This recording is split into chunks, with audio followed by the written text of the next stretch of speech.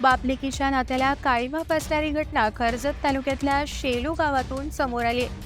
शेलू गावातल्या केबीके नगरमधल्या 40 वर्षीय नराधम बापाने आपल्या 14 वर्षाच्या सावत्र मुलीच्या अज्ञानाचा फायदा घेत तिच्यावर अत्याचार केले. यातून ती पीडित मुलगी 8 महिन्याची गरोदर राहिली आहे. दरम्यान नेरळ पोलिसांनी या प्रकरणी या नराधम बापाला अटक केली आहे. शेलू गावातल्या JK नगर या वसाहतीत सलमान असलम शेख हा व्यक्ती राहत असून त्याने हिंदू महिलेसोबत लग्न केलंय. महिलेचं ते दुसरं लग्न असून त्या महिलेला पहिल्या नवऱ्यापासून झालेली 14 वर्षाची मुलगी आहे.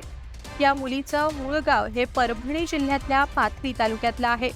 सलमान असलम शेख याने धर्माने हिंदू असलेली पत्नी आणि सावत्र मुलगी यांच्यासोबत ते सर्व शेलूतल्या KBK नगर चाळीमधल्या खोलीत एकत्र राहतात. वयाने अल्पवयीन असलेल्या मुलीच्या अज्ञानाचा फायदा घेत सलमान शेख याने सप्टेंबर 2022 मध्ये त्या 12 वर्षीय मुलीवर जबरदस्तीने अनैतिक संबंध निर्माण करण्यास सुरुवात केली.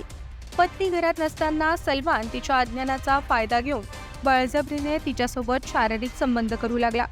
प्रत्येक वेळी ती मुलगी आपल्या आईला हा प्रकार सांगेल असं बोलल्यावर तो तिला जीवे मारण्याची धमकी देत होता. सध्या ती मुलगी 8 महिन्यांची गरोदर असून नेरळ पोलीस ठाणे इथे आपल्या आईसोबत येऊन सावत्र बापाने आपल्यासोबत अनैतिक संबंध ठेवले आणि त्यामुळे 8 महिन्याची गरोदर असल्याची तक्रार दिली आहे. सदर मुलगी शेलू येथून नेरळ इथल्या एका माध्यमिक शाळेत 9वी मध्ये शिक्षण घेते. हा प्रकार समजल्यावर नेरळ पोलिसांच्या पथकाने त्या 14 वर्षीय मुलीची सोनोग्राफी केली असता हे सत्य बाहेर आलंय.